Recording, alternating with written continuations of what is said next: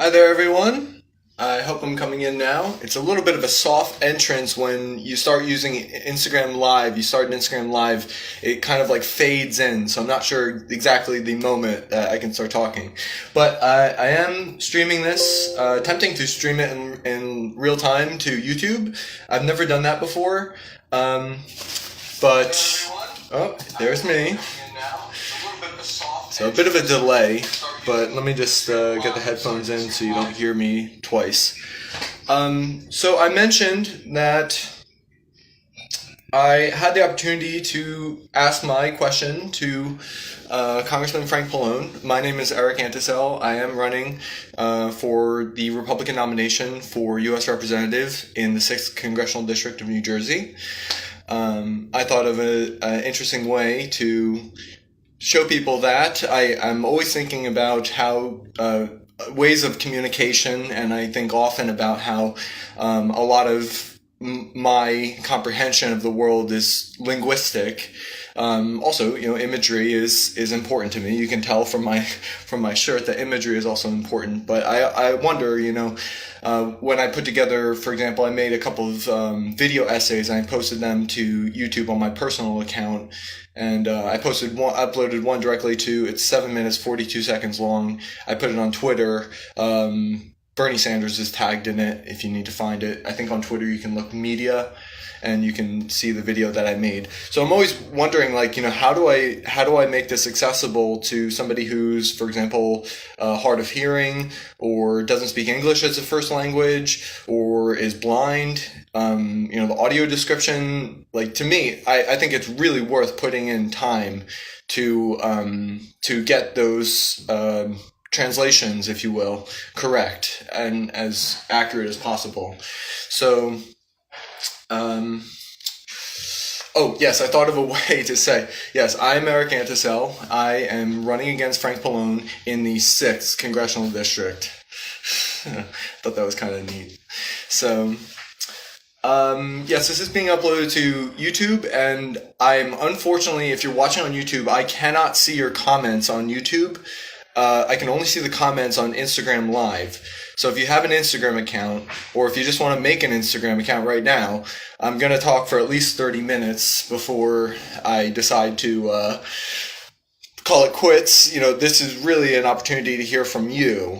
I don't have a campaign website. I want to just, this is how I think about things, and I want you to tell me your positions, So I'm not, that's also, because I'm not very good at these issues of the internet, I'm old school and I like talking to people.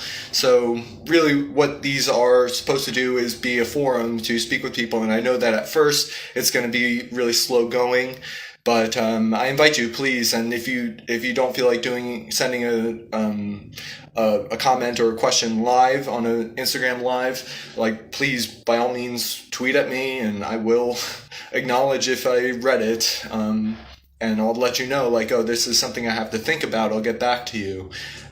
What I won't do is just ignore you and claim that, oh, maybe I was busy that day, I'm a real popular person, so I got other things that I'm looking at on my computer screen. I'm not that kind of person. So also I set my direct messages on Twitter. If you send me a direct message and I read it, you will see a receipt that I've read it. So back to a couple days ago, I spoke with Frank Pallone, and luckily I had this camera phone that I'm very happy with, and it's not an iPhone. I don't think you need that crap. That's way too... The only thing for these cheap phones, I don't understand why I can't use the front camera and the rear camera at the same time. So if any smart programmers are out there, and I know very few of them work at Instagram, I'm sorry to be insulting, but I can't do this. Instagram Live horizontal, you can't do that. Or the fact that I have to live stream this to YouTube is because if somebody leaves a comment during this Instagram Live, Instagram tells me that when the Instagram Live's over and I save it to my Instagram account, that all of those comments get deleted. So I have no choice but to give YouTube, my business and traffic, whatever traffic might come to their website through this video streaming to YouTube, it's because Instagram thinks, yes, we're not even going to give Eric the option of including the comments, which I want to do because I want to show you what is it that I'm looking at that, if there's something I skipped over, there's a reason I skipped over that you can understand. So otherwise, if I wasn't streaming this to YouTube, I'd have to read even the most vile things that somebody wrote, and they're just trying to get it to come out of my mouth so they can put it on a campaign attack ad. So again, any program technology people out there, I just want a simple change to my phone. I want to be able to use the front and the rear camera at the same time, because I did get to speak with Frank Pallone, and I have the video, 2 videos actually, relevant to my question. And I wish I could have had me in the shot and him in the shot. I don't understand why not, because we have a camera in front and in the back. But anyway, he did answer my question, and the reason that I haven't shared what he told me is because it's a very revealing answer that I don't think he realizes is so revealing. Because the question that I asked him on his Facebook Live's comment section in December 2020. I asked multiple times, and he eventually addressed me in his, I think it was December 31st, 2021 Facebook Live. He said, Eric in New Brunswick says that, heroin, fentanyl overdoses is a major public health issue, and I agree with Eric. And these are some of the things I'm doing, and I know that Eric is concerned about AIDS transmission, so I have a needle exchange program in place. And if you read my question, I'm not asking about needle exchanges. I'm talking about, I asked very specifically, the state of New York New York City wants to install or establish supervised injection sites for people who would otherwise be using heroin on the street corner or in a back alley or in a trap house. It's a facility where medical professionals are trained to keep people from dying, and they have the tools to measure the quality of the drug and also the quantity of the various things that are in the drug. So if you just have a fentanyl test strip, like when I was living in Portland, Oregon, I would carry in my jacket, I would have 3 plastic pouches of test strips. And I spoke with one person, a constituent of Earl Blumenauer's in the 3rd Congressional District of Oregon. And this person was collecting aluminum cans in a big garbage bag over his back, because in Oregon you can trade in aluminum and plastic for like 5 cents per unit. So he was collecting cans, and I said, frankly, I started speaking to him. I was like, I can't believe that someone so stunningly gorgeous as you is collecting cans. Like, what's going on? And we started talking, and he said, like, I am addicted to heroin and I live at a trap house.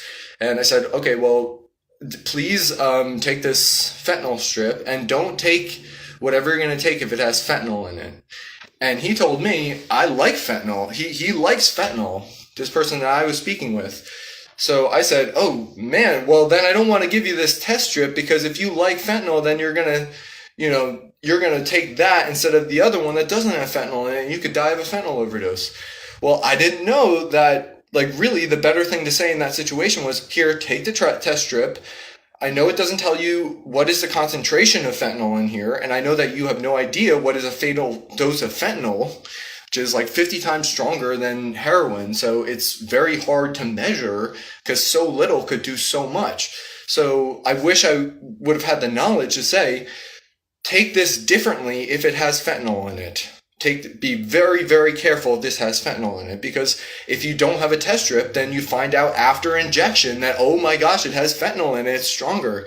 So Earl Blumenauer does not talk about the fact that this person had to do this on a street, this person has to do this in a trap house, this person may be dead. Earl Blumenauer's constituent may have died I spoke with him in spring of 2019, this young man who was living in a trap house and was trying to get money from me. And I said, I'm not going to give you money because you are going to use it on heroin. That might kill you. Earl Blumenauer had a, quote, community forum at the end of March. I think it was March 25th of 2019. And you can do an advanced Twitter search, Community Forum, Earl Blumenauer, March 1st to March 31st, 2019. So this community forum, I've tweeted about it. He says, at the community forum tonight, we are going to be discussing the high costs of prescription drugs. And there is no time listed for when the community forum will happen. And there is no location for when the community forum will happen. I only knew that the community forum was happening because I had called his office earlier that week, and I was planning to run for the Republican nomination in the 3rd Congressional District of Oregon in the 2020 election. So it was early 2019. And besides, I still care, regardless of if I'm a candidate, like I still want to pursue these issues. I wish somebody else would, so I wouldn't have to, but I don't know. I just think that I do have something to offer besides just this one issue that I got to ask Frank Pallone about finally. But I had gotten the chance to ask Earl Blumenauer about this in March of 2019. And I asked essentially the same question that I asked to Frank Pallone, which is, will you amend the Controlled Substances Act to exempt states who wish to utilize said exemption in state licensed clinics? And Earl Blumenauer, I said, Earl Blumenauer, I'm asking you this question. He's on stage. I'm asking you this question. Will you answer my question? And he says, not now. How many constituents have died because you have never answered that question, Earl Blumenauer? Now, at the St. Patrick's Day parade in South Amboy, New Jersey, yesterday, or Sunday, I had a chance to speak with Frank Pallone. And I said, Frank Pallone, will you... At first it was off the record, and then I finally got the opportunity to take out my phone and start recording. So I got the end of it, and he did hear my question, and I'll tell you how he answered it. But when I was telling him about this, I said, you know, these states who want to set up state licensed clinics, for example, Oregon has just set the framework to open psilocybin services centers. So psilocybin is one of the two main psychoactive substances in magic mushrooms, and the state of Oregon, in the same way that the state of Oregon is in violation of the Federal Controlled Substances Act that says marijuana is prohibited across all 50 states and territories. Even medical marijuana. So at first they broke it with medical marijuana after California, one of the states after California was the first. And then they had recreational marijuana. Either one is equally illegal. As terrible as that sounds, it's true. It's just as illegal to provide somebody who's got very serious side effects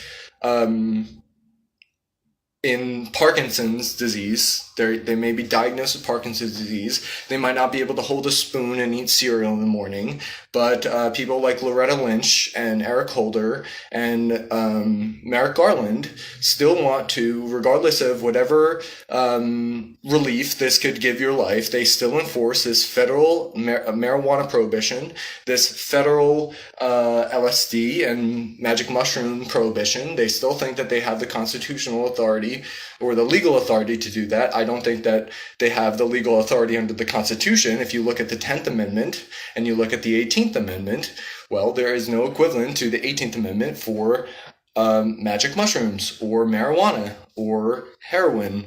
So those are all intoxicants that are not, I guess you could give somebody a lethal dose of heroin, and that could be a weapon. And if you're coming from another state with the intent to hurt someone in another state, perhaps, but you can also force feed somebody alcohol to death and give them alcohol poisoning and die.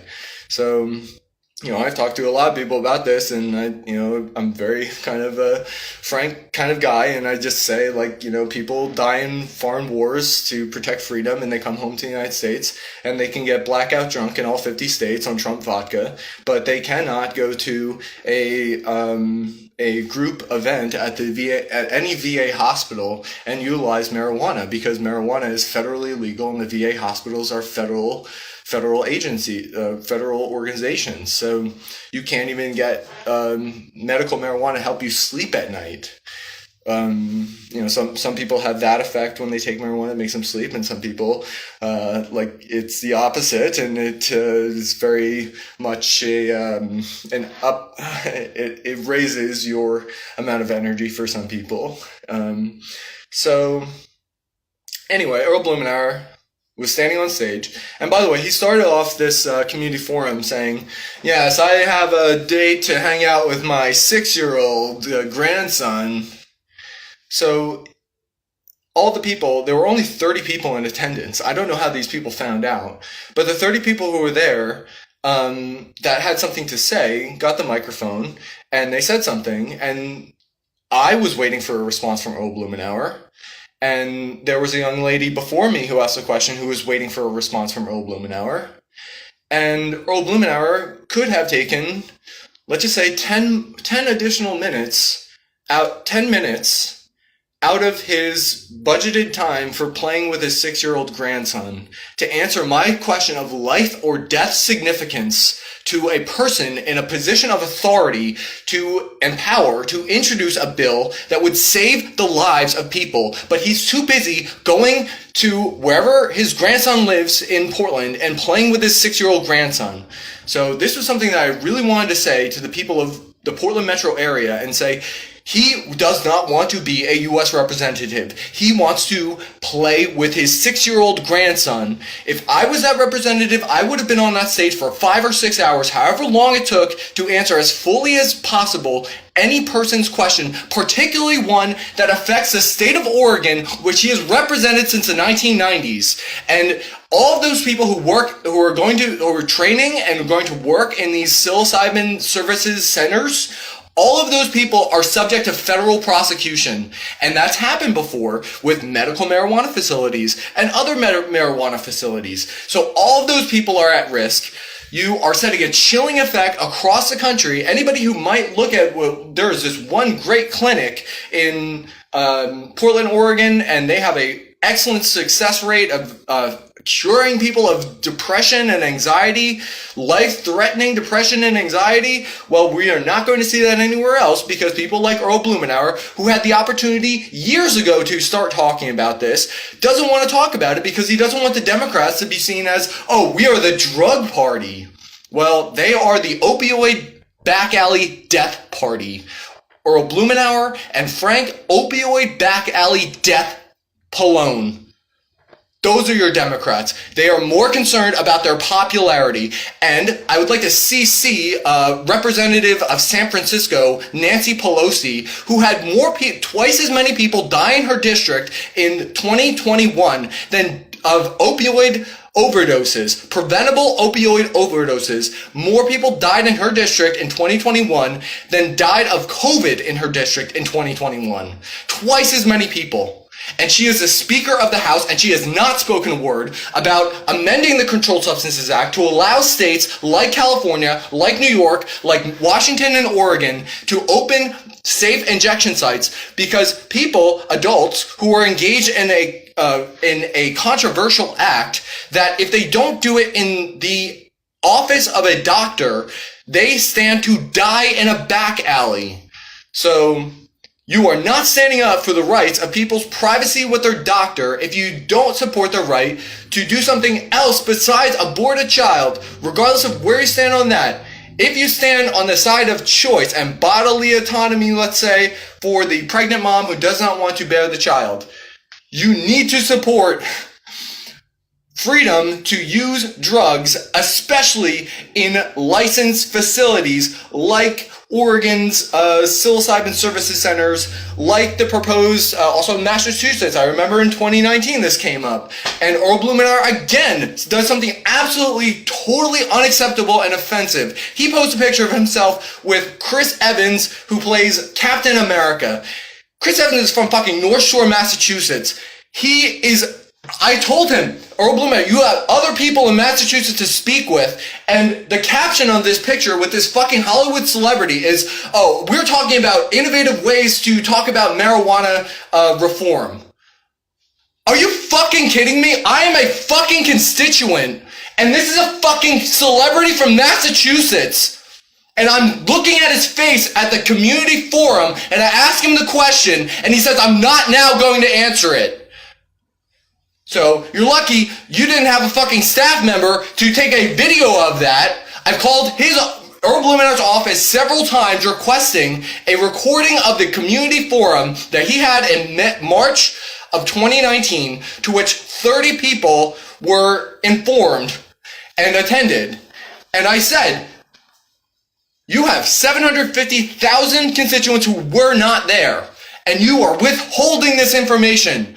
You need to release that information. You need to release whatever recording you have. I'm sure you have some recording of it.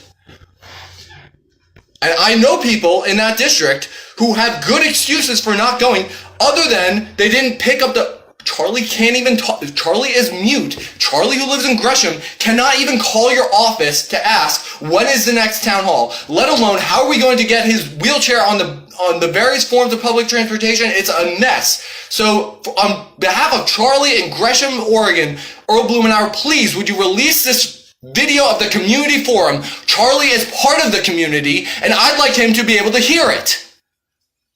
So... Like I said on Twitter, I am very much someone who will fight for what's right and hold accountable the people who are not doing what's right on both sides of the aisle. These are obviously Democrats I had mentioned in the past. But when I spoke with Frank Pallone at the St. Patrick's Day Parade in South Amboy, it was very nice. I liked it. And... I said, Earl Blumenauer, I've never heard him talk about making this exemption for the people of his state. And Earl Blumenauer did endorse this ballot initiative, as I did, for psilocybin services in the state of Oregon. And what is he doing in the federal government? So I may have mentioned earlier that, in the Digital Town Hall number 2, which was the first one on Instagram, I pointed out that San Francisco, their congresswoman is Nancy Pelosi, and the people of San Francisco have ranked choice voting. And in the general election, New York City has it for primary elections. I don't believe they have it for general elections. So that's ridiculous. And because the Democrats are the power brokers in New York City politics, 90% of the New York City city council is Democrats. So I made a lot of really good tweets on Twitter. I've responded to a lot of the tweets from Frank Pallone and Pallone for NJ. And, he said, Florida is becoming a breeding ground for bad Republican ideas that we have to prevent from coming up to Washington D.C. And I said, well, look at the the composition of the New York City Council. And I could have also pointed out whatever the Chicago Council is, and Seattle and Portland it's nonpartisan, but they're all Democrats. And Los Angeles, too, is probably all Democrats. All these cities. And you look at New York City, just for one example, and it's okay, is this a breeding ground for good ideas that we want to, advance to Washington, D.C.? I mean, you can't blame the Republicans. New York City should be the breeding, the example of this is the utopia that the Democrats will, our reasoning and our policies, we should bring that to the whole world, the whole country. And just look at how much of a catastrophe New York City's government is. I mean, it's just a catastrophe. But I'm not going to get into New York City politics. The one thing that's relevant is amending federal law to allow New York City to make their own decisions about we want a facility that people can come to so they don't die in a back alley because they're using opioids, and we have to know how to we have to keep them alive, and their lives matter too. Their lives matter too. Their lives matter. So Democrats don't believe that. Take it to the bank. As of today, Tuesday, March 22nd, they do not believe the lives of people who use drugs matter. They also don't believe in science. They don't believe that an adult should be able to contact a university or anyone else doing structured research on experimental drugs that may affect their mental health. For example, the Democrats do not talk about allowing people to just go to a neurologist and say, like, I'd like to take LSD, whether it's in this office or at home, it doesn't matter, but I'd rather take it here, and that way you can at least get some vague data from my head and try to, eventually, refine what it is you're testing, but you can't do that. Democrats don't talk about it.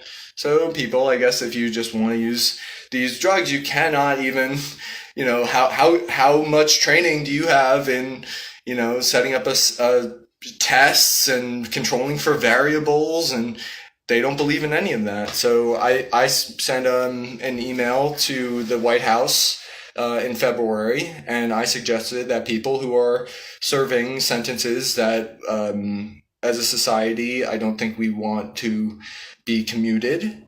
But if you're serving a long sentence and you have years and years ahead of you to be incarcerated, one of the things that you might be able to do with your life to make a contribution to the world is volunteer without having anything in exchange for this volunteering other than your satisfaction with yourself that you have contributed to the world with your human life, advancing our knowledge of the human brain. And we should be offering people who have long sentences ahead of them, would you like to help us understand how LSD affects the human brain, or how mushrooms affect the brain, etc. So, I don't know. Joe Biden's a Catholic, so I guess he just believes in letting people rot to death in a hellish environment until they die, and then I don't know.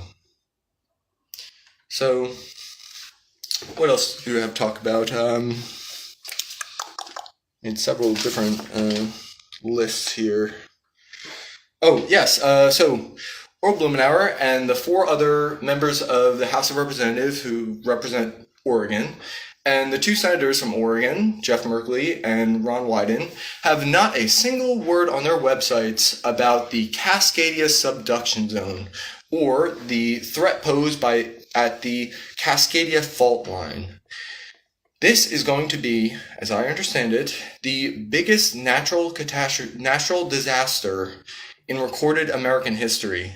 And there are some districts, most of the congressional districts in Oregon are along the coast. So you have Suzanne Bonamici, and you have Peter DeFazio, and you have Earl Blumenauer in the Portland metro area, which is Portland not because it's on the seacoast. It's not a seaport, it's a river port. So Portland is not necessarily on the coast, but certainly within the Cascadia subduction zone. So huge Richter 9 scale earthquake.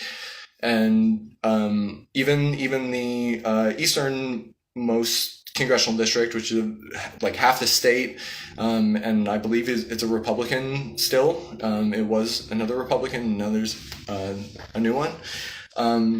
They don't know. They don't know this. I don't know. Earl Blumenauer, I'm sure, has heard about the Cascadia subduction zone. And I first found out about it because I was on a train. I was trying to figure out where to live because the housing was just impossible for various reasons in Los Angeles and Orange County. And we can talk about that, especially during Autism Awareness Month. But yeah, so I was looking for a place to live, and I really, for many reasons, wanted to live in Orange County, California.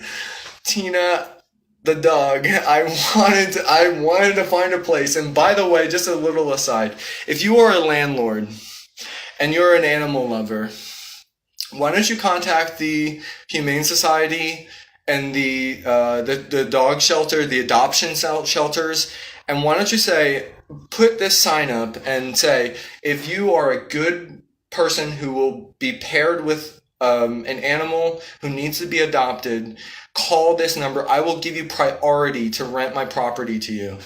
That would be so great. And I would not have moved to Oregon if somebody had done that, because I would have been happy as a clam with I would have named her Ioka Rosemary Rose, the black 40-pound female German Shepherd from the Orange County German Shepherd Society. So, because I couldn't do that, the shitty humans made me move to another state, because I couldn't move to I couldn't move to a cheap state to live in, like, I don't know, because federal marijuana prohibition bullies all these states into, how long did it take for the state of New York to get it? So I moved to Oregon, which is significantly cheaper than Southern California. So I eventually found a place well, first I didn't know if I was going to live in Portland, Oregon, which has recreational marijuana, so you can walk into a store, even if you have a social interaction problem in today's world, like I do, that prevents you from doing a lot of things, including scoring drugs on the black market, because I always come off as a narc, always. And so I can't do that. I can't move to a place where I'd have to get a connection. I don't know how to do that. So I had to move to Oregon. I'm honestly sorry for burdening the people of Oregon with my living there. And I was a fish out of water. And many stories. And I did not feel like a fish out of water the first time I visited Portland, which was in late May of 2016. There was a serious identity crisis during the Trump years there. And I visited New York City recently. I used to live there in 2016. And I think there's an identity crisis there too. And I think probably COVID increased that. And I just don't want to live in New York City anymore. I mean, there's some situation I could imagine, like, just you have the opportunity to have these particular roommates, and their house happens to be somewhere in New York City. I want to live with those roommates on Mars. So, but it's just, I think it's really sad. And I don't think Biden realizes how big of a task he was assigning himself when he said that he's going to save the soul of America. Well, he has not made progress on that. I mean, maybe he stopped the active hemorrhaging. Every other day we turn on the news and it's just something like that's absolutely disgraceful coming from President Trump. But that's really not enough. And I have plenty of evidence to demonstrate that we are not going to remain the number one economy of the world. Attention, Joseph Robinette Biden Jr. We are not going to remain the number one economy in the world. Just because you say that by having these renovated roads and bridges and seaports that we are going to compete against China. I saw the tweet earlier today. It's not going to happen, because all of these people are educated the way that frankly, even Frank Pallone is educated. And you'll hear in the second video that I took where I asked him, do you understand why I see an incongruence between your position on right to abortion and you don't speak on behalf of your right to see a doctor and be in private with that doctor and do something that involves your bodily autonomy in such a way that you will not die thanks to the help of the doctor, who we are not going to incriminate, certainly not force the states to incriminate that doctor.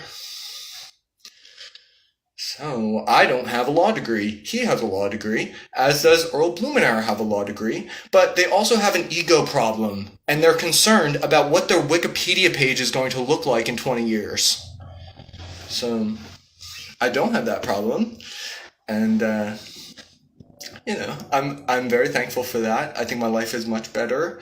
I have a much cleaner conscience. And, for example, if somebody asked me a question like I asked at the end of the parade to Frank Pallone, I said, Frank Pallone, you have not had a town hall since your virtual town hall in June 2020.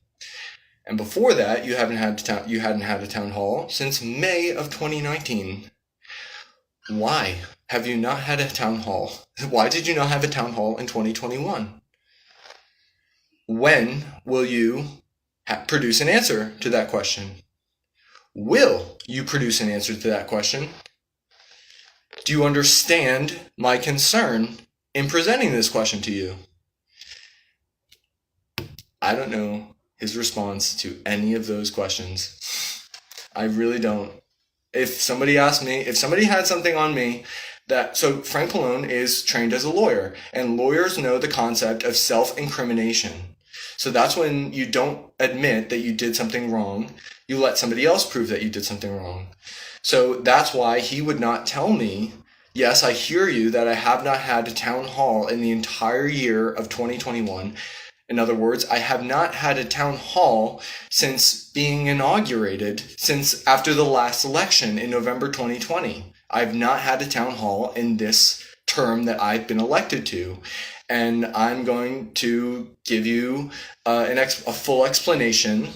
And this is the venue that you'll get the explanation if he couldn't give it to me now. But he's a liar. Lawyers are sometimes liars. And he is in a position where he has a responsibility to tell the truth, and he should not be concerned about not incriminating himself in a way that's going to result in a political consequence, namely for his reelection and for also the Democrats that are represented by Congresswoman Nancy Pelosi, who is Speaker of the House. So that's the kind of person that you're getting with me. I'd like to think that I have a good way, an incisive mind on legal matters, but also, I really earnestly believe if we are going to have a government which you cannot, you cannot decline the government. You have to physically move, even if you have your house here. The government is there for better or worse. But I think so long as it's there for better or worse, you need to have people like me in the government as a representative, not as a career, unless I'm just really, really good at it. I'm not saying that I'm planning that secretly. I'm just saying I could imagine somebody who's very honest and will work to do the right thing even when it does not equate to popularity. For example, amending the Controlled Substances Act to, as I said before. I can think of certain people who have been in the government a long time, and they don't have the kind of outreach that they similarly have limited outreach, sometimes even less outreach to and face-to-face engagement than Frank Pallone has. But I'm not going to name drop, because actually in the second town hall, digital town hall number 2, which is the first one I put on Instagram, I made a comment that was too general about another person who's running for the Republican nomination for the 6th Congressional District, about Sue Kiley. So I watched her announcement video on her website, and I do, now, after watching it again yesterday, I'm reminded of this moment that was just, what's the word? It's a key that was off in my head, a note that was just off key. And, it struck a chord in me in a bad way, but it is kind of in the middle of this speech. So when I started watching the speech, I was just relieved, because the other people, according to Ballotopia, that's what I was going off of. There's a guy named Tom Toomey running, and there's a guy named Greg Melee running. And Tom Toomey is not a would not be a serious U.S. representative, in my opinion, with all due respect. And I'd love to speak with him if he thinks that I should retract that, but I don't retract that. I've read his tweets, and also Greg Millet is not doing anything. I think he's just putting his name in the hat because he does have a day job that maybe it would benefit him. Maybe he would get a few additional clients that he wouldn't otherwise get. But he's not doing what I'm doing right now. So that's why I ran. And I before I decided to run, I sent Sue Kiley a message with this idea of digital town halls, 30 minutes a day at least, 5 times a week. And it said, we will respond to you within 42 hours. She didn't respond to me. This is before I had a logo or a campaign Twitter or campaign Instagram. And it said, we'll get back to you in 42 hours. And I understand that it was, more characters and, more text than most people send through that channel. And I sent it on a Saturday. But I wish I knew the exact date, but it didn't come. It was like 2 weeks ago, and she hasn't sent it. So my way of approaching things like this, when you get a good idea from someone else, sometimes you have to say, like, okay, I'm thinking about. I know I said I would get back to you in 48 hours. But this is a little bit more to think about. So we will get back to you, within the week, and if somebody gives me a good idea, I'm not going to sit on it for months and months and months. Like, I've called some congressional offices of people that I think if I'm elected I will be an ally for these 2 particular representatives. And I don't know why. I do not know why Representative Chris Smith has not found and shared a motion picture video of an ultrasound of an abortion. I don't know why. And I sent it to him in October, and maybe it just maybe it never made it to his particular smartphone to read it. Maybe somebody who works for Chris Smith is not very mature and not very courageous and not very creative of a thinker to submit this to Chris Smith. And there are over 600,000 abortions committed in the United States annually, carried out, depending on your perspective right now. But October to November, December, January, February, March. So over 400,000 people have been killed in abortion clinics. And I don't know what the explanation is. So, Mr. Smith, Representative Smith, I'd like an explanation. I'd like to know, did you read my emails? And I know that the second email that I sent had some information that may have made you, as a Catholic, uncomfortable because it involves sodomy and foreskin. But did you read that? Did someone send that to you? So going back to what I asked Frank Pallone. So I pointed out to him there are various states, and his colleagues that he knows of, Earl Blumenauer, has apparently not even talked to Frank Pallone. And Frank Pallone is the chairperson of the health committee, the committee that deals with health issues. So I guess Earl Blumenauer has not even talked to Frank Pallone about this. So I would like an explanation about that. And it could come from Earl Blumenauer, and it could come from Frank Pallone. It could come from both of them.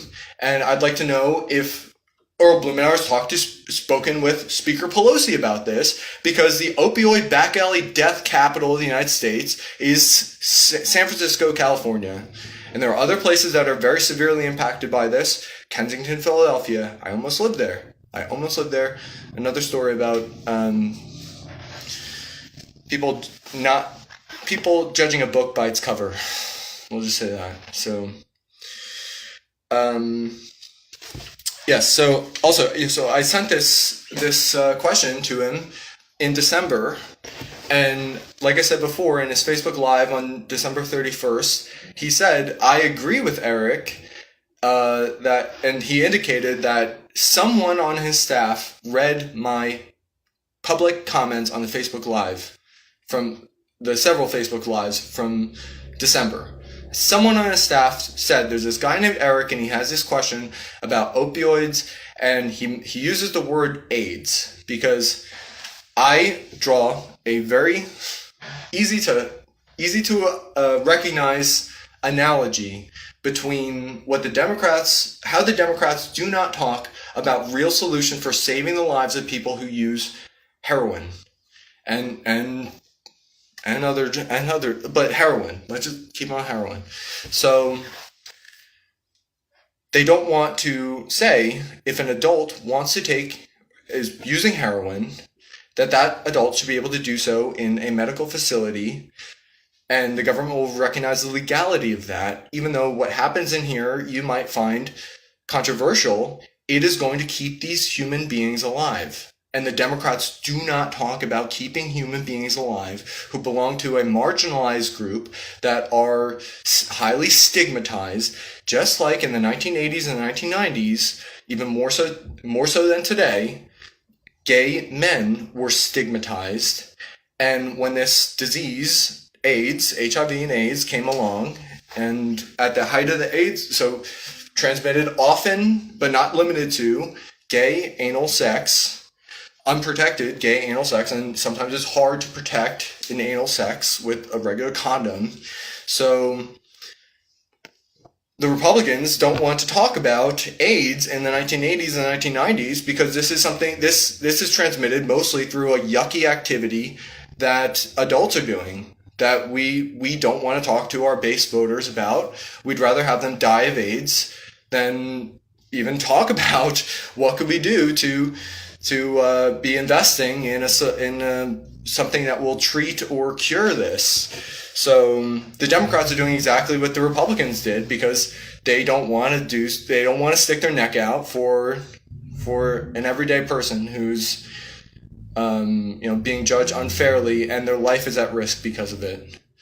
So Frank Pallone started talking about, he said, Eric is concerned about AIDS transmission, so I have this needle exchange program. So that indicates to me someone on his staff saw my question about supervised injection sites in New York City, in the state of New York.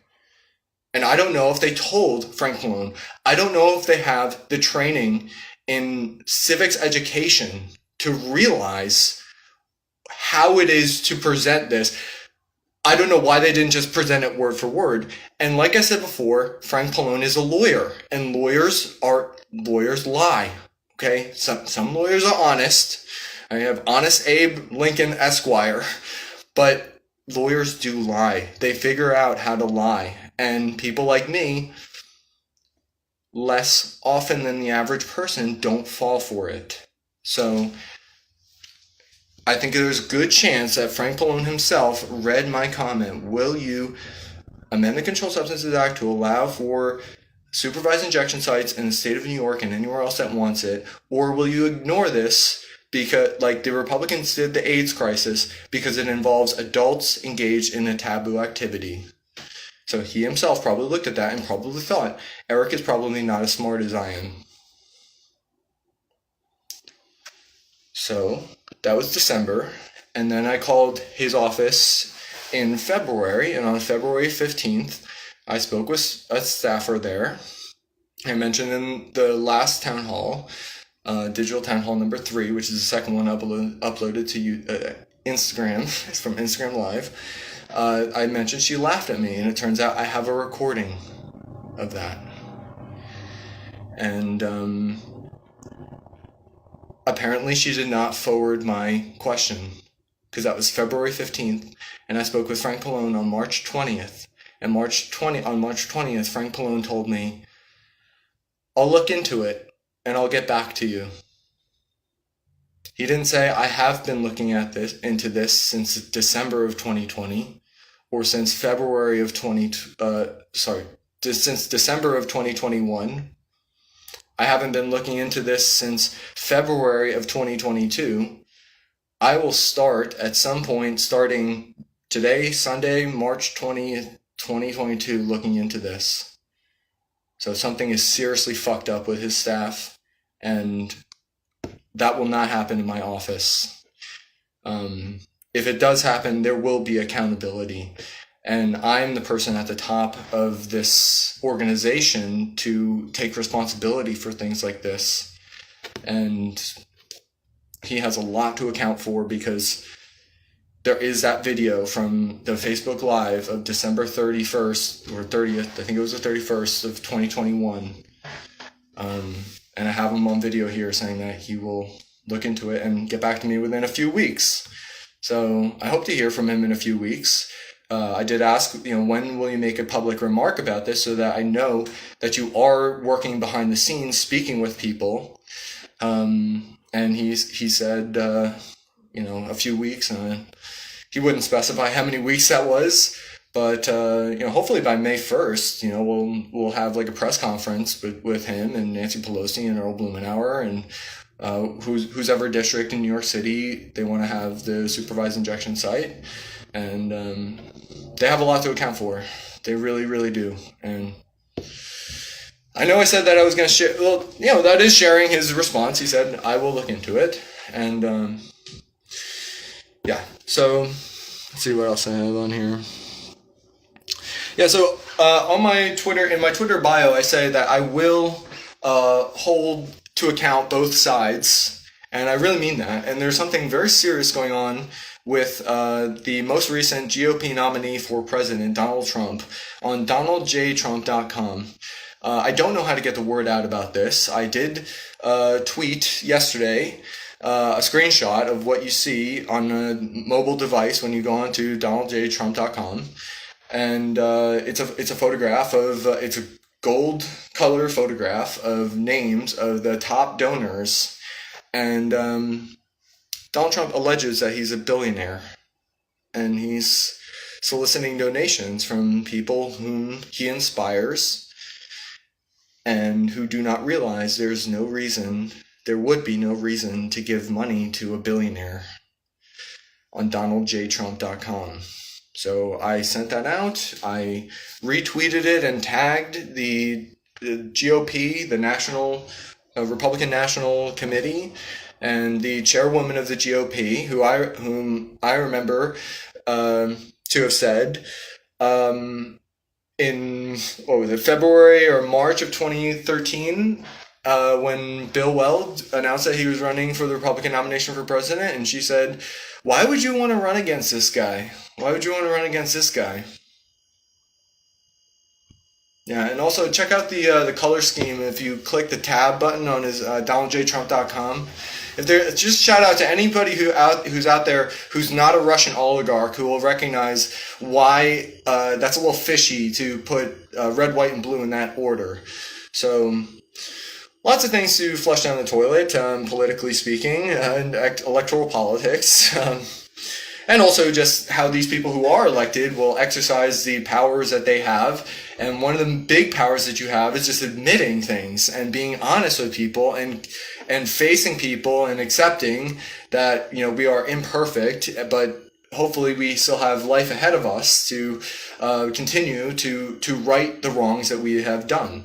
And in some cases, like President Joe Biden, Lord knows he has some serious wrongs in his life to right. And yesterday I was watching videos of from Senator Cory Booker. He uploaded to YouTube a couple of years ago.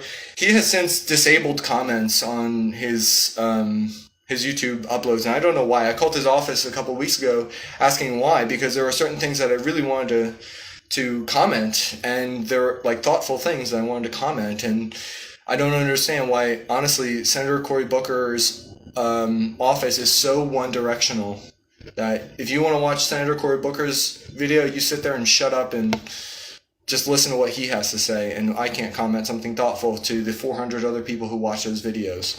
But this was years ago during the Trump administration. He was talking to Bill Barr, who I think it was in a confirmation hearing, or maybe they asked him to come in and answer some questions after he was confirmed. But I'm just so frustrated that Cory Booker has said so many times. He quotes Brian Stevenson, "In this country, you are better off if you are rich and guilty than poor and innocent." And is there any high-profile case right now in the United States that someone is obviously rich and obviously guilty. He wrote an entire memoir incriminating himself that was released within the 5-year statute of limitations on violations to the Controlled Substances Act. He is a white person with a very powerful father named Joseph Biden, and this person incriminates himself to manufacturing crack cocaine. And I don't know how much if you manufacture it, like if you put it in a casserole dish and now you have intent to distribute, I have no idea, but probably enough to intent to distribute. And he talks about he brought it on an airplane from the East Coast to Los Angeles. That's interstate trafficking. That's 5 years in federal prison. And, he's soliciting it and in multiple places. I'm sure that he's driven from, he was in a car one time. He was in a car with Beau Biden's badge, because Beau Biden was the attorney general. So, like, it was in Beau Biden's car with Beau Biden's badge, and it's a bag of crack cocaine. And I'm sure, I didn't read the book, but I'm sure he's driven from Los Angeles from Las Vegas to Los Angeles. And that's interstate trafficking again. So 85% mandatory minimum, like Senator Joe Biden talked about in the 1990s. He was defending it. You serve 85% of your term in our federal system. So Cory Booker has not pointed this out, no matter how many times I try to contact him and point this out to him, that Hunter Biden served 0% of his 85% mandatory minimum of at least 5 years in prison. I don't know if they would do concurrent or consecutive terms, but at least, 3.5 years in federal prison. So why is Hunter Biden, why did Attorney General Merrick Garland not prosecute Hunter Biden for drug crimes that Attorney General Merrick Garland and his affiliates prosecuted other people for? So, also, Attorney General Loretta Lynch. This started in 2015. And the Secret Service certainly knew that Hunter Biden was using crack cocaine, and everybody knew. Joe Biden knew, Obama knew, and he has a pen and he has a phone, and he could jot down some notes, and he can pick up his phone and dial Attorney General Loretta Lynch and say, hey, there's this high-profile white rich guy who's getting off the hook. Meanwhile, all these other people, mostly black people, mostly other minorities, using crack cocaine, and they're getting sent to prison for decades and decades. So haven't heard a word out of Cory Booker, and I believe it's because Cory Booker is a, quote, Democrat, unquote, and Joe Biden is a, quote, Democrat, unquote. So when human liberty is on the line, we don't want to not be team players.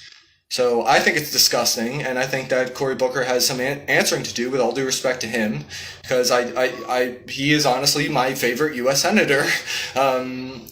He's really good, and I like the two senators from Utah a whole lot. And I think one should give a shot at running for president who's not tried to run for president before. Just saying.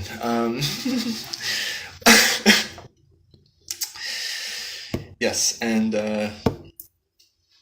let's see. Speaking of Republicans, so I think I just have a few more minutes here. I sent Declan O'Scanlan a tweet.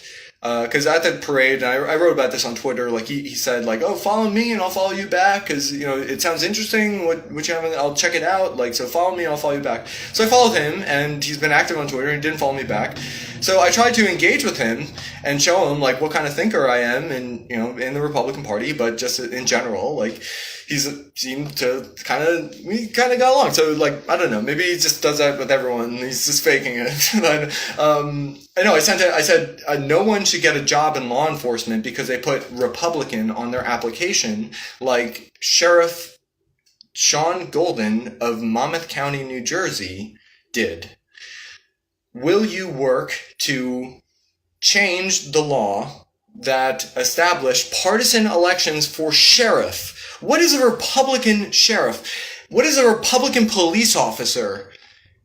It's absolutely true. You should. And Sean Golden is the chair of the Monmouth County Republicans, and he would not have his job, like, there's a good chance he would not have his job if he did not win the primary to be Republican chief law enforcement officer.